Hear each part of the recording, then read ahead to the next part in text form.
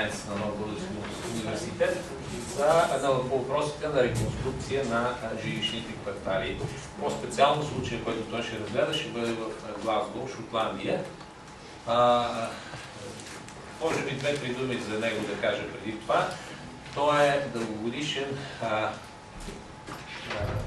преподавател в университета в Ълстър, като освен това взема поредица важни позиции в системата на английската, по-скоро на жилищната политика в Великобритания. Бил е президент тъй наречен Chartered Institute of Housing, което е професионалната организация на всички експерти в Великобритания, се оказа и че извън Великобритания, която така поддържа, лицензира, поддържа професионалното ниво на всички тези експерти.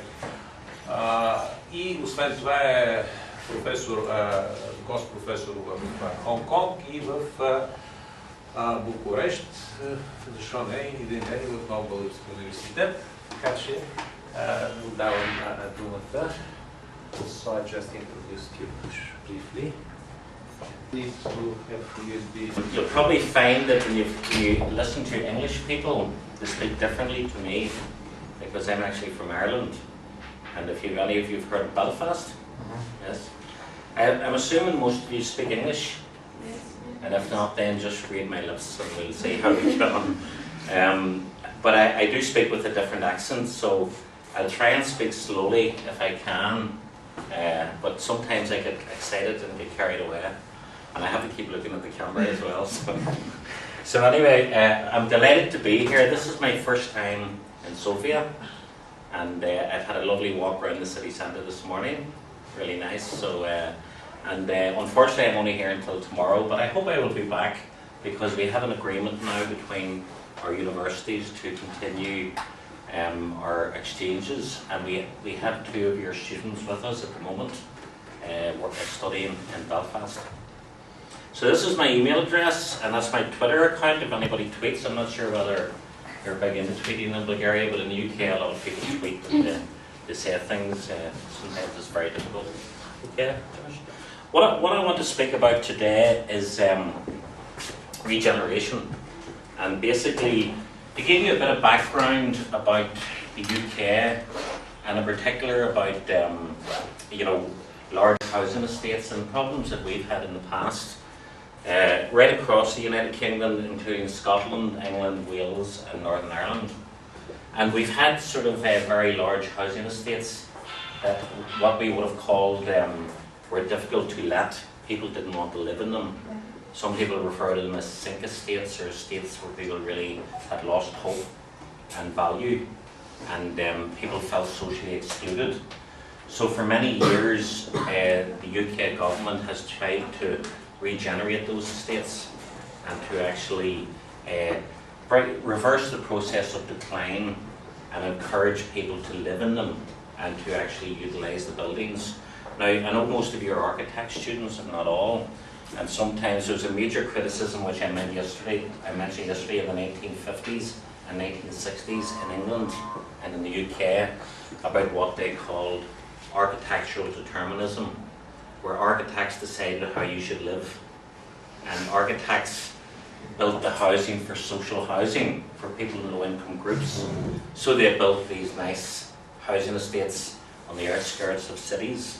Most of the big cities in England, Scotland, Wales, Northern Ireland, all of the social housing is located on the outskirts, on the very periphery. But they didn't realise that these people didn't have cars, because they had cars. And of course these were beautiful, nice, well laid out housing estates. And also they built these high-rise. I know that many people in Europe actually like high-rise blocks, but in the UK they didn't. High-rise blocks never really became, or high-rise buildings weren't very popular, and particularly for social housing. So what I'll end up today is I want to show you a video of Glasgow recently demolishing 70 of their high-rise blocks. After years and years of trying to get rid of them, they finally blew them up. If you know what I mean by that, they exploded them. And coming from Belfast, my former student is now chief executive of Glasgow, and he grew up in explosions all the time, and now he blows up all the buildings. The solution get rid of problem housing, but not always a solution. So let's begin with regeneration. Let's begin with regeneration, and it's an often used concept, but we call it slippery. It's very hard to define, and it can refer to urban regeneration, the whole sort of cities, or it can refer to community regeneration, creating communities. Big issue around the UK has been the sense of loss of communities.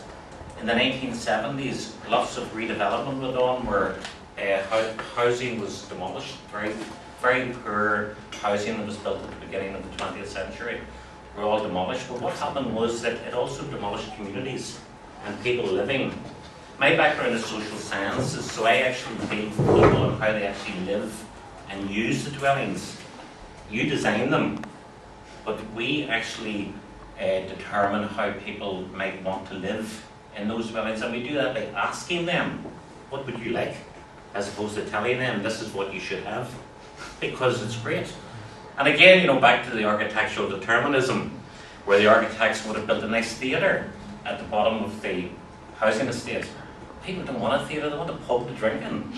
They want a bingo hall, they don't want a theatre, they don't want a, you know. And that was the difference, and that's what caused a lot of grief at the time. And it's really, something, I'm mentioning that again, I mentioned it flippantly, but really, it's something that's very important, because in the last 20 to 30 years, the whole push has been towards involving tenants, involving people who rent properties, involving people in having a say about how they should live and what their community should be, and basically them living and gelling and sort of bonding together rather than dispersing people out into the peripheries of cities.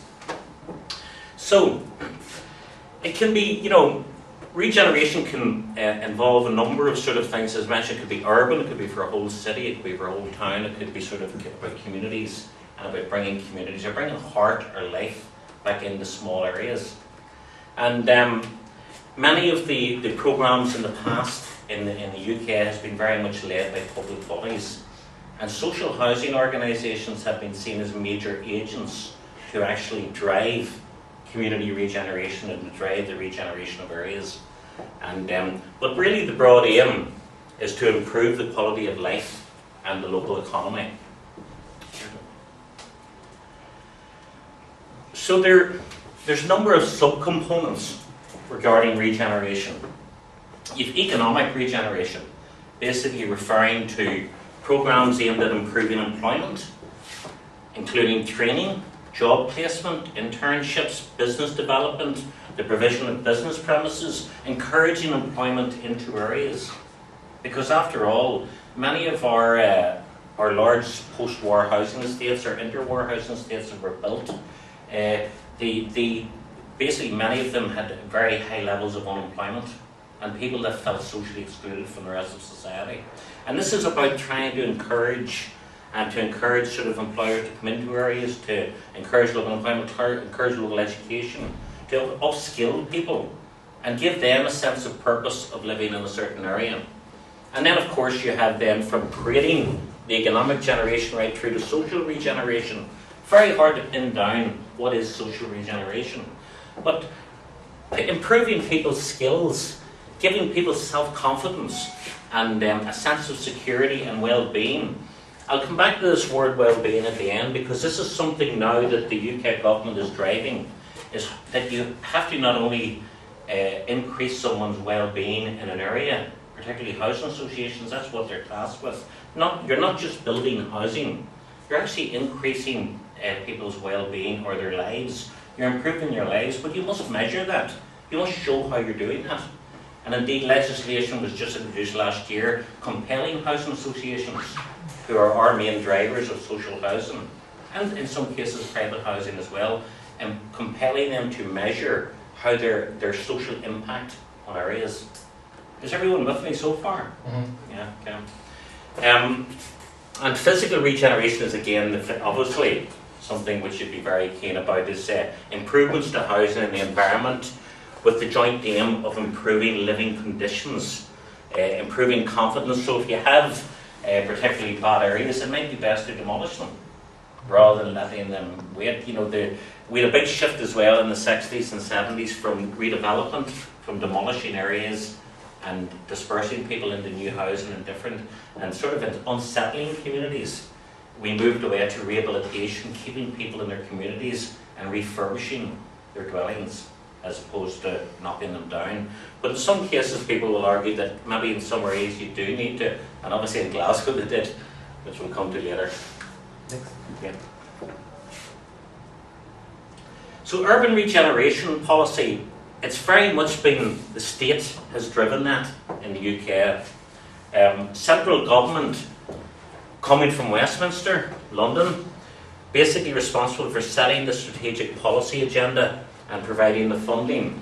And then local government has assumed the operational responsibility of that, of policy and programmes, how they operate the strategic agenda that central government sets. Now, since 1998, we have had what we call devolution. We have a new government set up. We have one in Scotland, one in Wales, and one in Northern Ireland. Now, the Northern Ireland one's a bit more rockier than the rest of them. They keep falling out, and they keep threatening to shoot each other. But besides that, they're actually okay. You know, it's still going. It's funny enough. But the Scottish one is interesting because you all know that Scotland is having a vote of independence in September, I think it is. And I'm actually running a conference there in Glasgow 3 weeks before the vote on independence. That'll be interesting. And if you think you can't understand my accent, really, you hear some really broad Scottish accents. You'll know all about it then. But you know, but there's been a big sort of, in many ways, a concern that why Scotland, Northern Ireland, Wales, and even the north of England, why are they having all these policies being directed to them from the south of England? I mean, London and the southeast of England are like a different country compared to the rest. I mean, property prices are rocketing. I mentioned some figures yesterday about the borough of London and Kensington, about the billions of pounds it's increased in value in one year, and the same in Westminster. But in the north, in Newcastle, Liverpool, Manchester, right up the northeast, right around Hartlepool, Sunderland, Leeds, all sort of areas, major areas of deprivation, and right into Scotland as well. So, you know, there is this concern, but why can't we determine our own destiny, and why can't we actually decide what we should do rather than listen to legislation coming from central government? So big argument between central and local government. And the urban problems have become that it's much more multifaceted than just one thing. It's not about bad or improving living conditions by refurbishing housing. It's like putting a sticking plaster on a sore that maybe needs more than that. That you need sort of to really drill down and maybe remove what was there in the first place, as opposed to just plastering over it or putting on some paint on some building. So a wider range of agents have now been brought into the policy arena. So what they're saying is, let's work together, let's have multi-agency cooperation in trying to regenerate areas and regenerate housing estates. So the logic behind this move is that urban problems can be addressed more effectively via people putting their resources together. Not just one agent driving the whole thing. You will know, I'm sure it's the same in Bulgaria with government. You have different departments that work different ways. They don't listen to each other. No matter what they say, they'll talk. I mean, Tony Blair talked about joined up. I was at a seminar last week in Belfast, and the director of the Northern Ireland Housing Executive, which is our big social housing organisation, he turned around. I have a great idea. What about joined up government? What about people working together? And I said I heard that 25 years ago, you know, and this was a new idea by a young director coming in, you know. Oh, you know, read your books and go back a bit and read your history. This has been thought of before. So, you know, how do you actually get agents to pull together? That's the difficulty. You will find that in government agencies or public agencies, or even semi-public private agencies, they will not pull together unless it's in some sort of interest of theirs as well. But if they see the outcomes that are actually benefiting them, then they may well do that. And but there's just been emerging consensus right through the 90s and the 2000s, or the noughties as we call them, and the need for a multi-agency approach. So people coming together to actually tackle socially excluded neighbourhoods. And this has to go along with the community participating in what you do, consulting with people, asking them what do you want here.